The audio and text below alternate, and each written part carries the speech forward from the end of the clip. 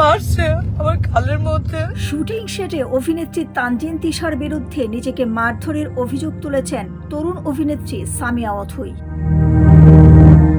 Facebook লাইভে এসে এ অভিযোগ করেন তিনি।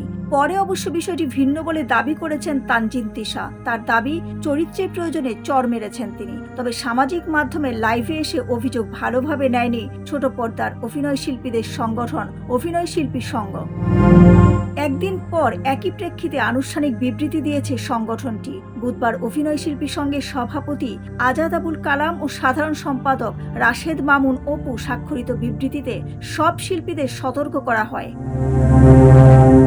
বিবৃতিতে বলা হয়, অভিনয় শিল্পী সংঘ বাংলাদেশের সকল সদস্যদের অবগতির জন্য জানানো যাচ্ছে যে একজন পেশাজীবী হিসেবে স্বসংগঠনের অথবা অন্যান্য বন্ধু প্রতীপ সংগঠনসমূহের কোনো সদস্যের সাথে কোনো প্রকার জটিলতা বা মতভেদ সৃষ্টি হলে তার সংশ্লিষ্ট সংগঠনকে অবহিত না করে উপরন্তু সামাজিক যোগাযোগ মাধ্যম বা গণমাধ্যমে প্রচার করা অভিনয় শিল্পী সংঘ বাংলাদেশের আচরণ বিধির পরিপন্থী।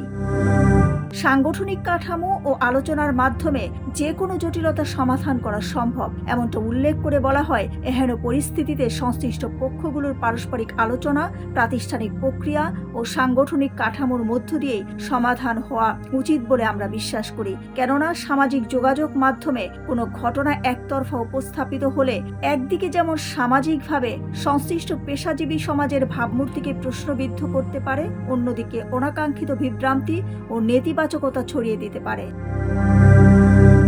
সবশেষে বলা হয়, অতএব উল্লেখিত ক্ষেত্রে কোনো সদস্যের আচরণ বিধি লঙ্ঘিত হলে তার বিরুদ্ধে সাংগঠনিকভাবে যে কোনো ধরনের সিদ্ধান্ত গৃহীত হতে পারে।